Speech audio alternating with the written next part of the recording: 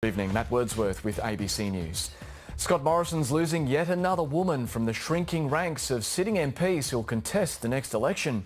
New South Wales backbencher Ann Sudmalis will quit, citing the antics of fellow Liberals in her local electorate.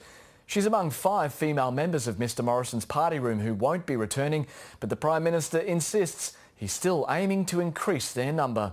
Here's political reporter Jane Norman.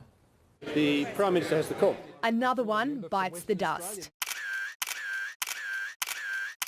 Ann Sudmalis, an ultra-marginal seat holder and one of few Liberal women, is calling it quits. This has been coming for a long time. Blaming white-anting and dirty tactics. There is a very strong element that my branches have been stacked. I've been contending with undermining and leaks at the local level for 5.5 years. See how popular you are. Just 4 months ago, the Liberal MP was feted by the future Prime Minister. Who you can see is in the warm embrace. And staring down her pre-selection challenger and party detractors. I've been doing a damn good job. But the final straw came a few weeks ago when she effectively lost control of the branches in her New South Wales electorate. That means the core group of people who've been my support for 6 years have been replaced. My position is impossible now. She told the Prime Minister as much in a letter, which he apparently refused to open until yesterday.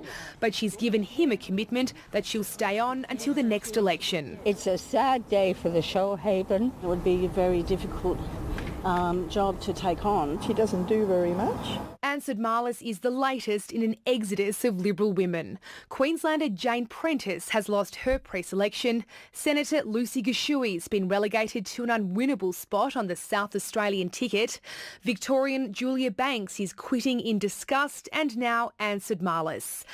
Add to that list Julie Bishop, who's not expected to recontest her blue ribbon seat in WA, and the party's already meagre ranks of 20 women will be further depleted. Scott Morrison has acknowledged Ann Sudmalis is not the only Liberal MP who's made complaints about the party machine.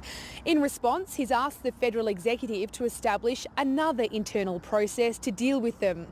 But like the one set up to handle complaints of bullying, this latest mechanism is lacking detail. Those processes need to be rigorous, they need to be independent, and they need to be confidential. The word independent didn't appear in the Prime Minister's response, but is clearly an expectation of his Women's Minister. Jane Norman, ABC News, Canberra.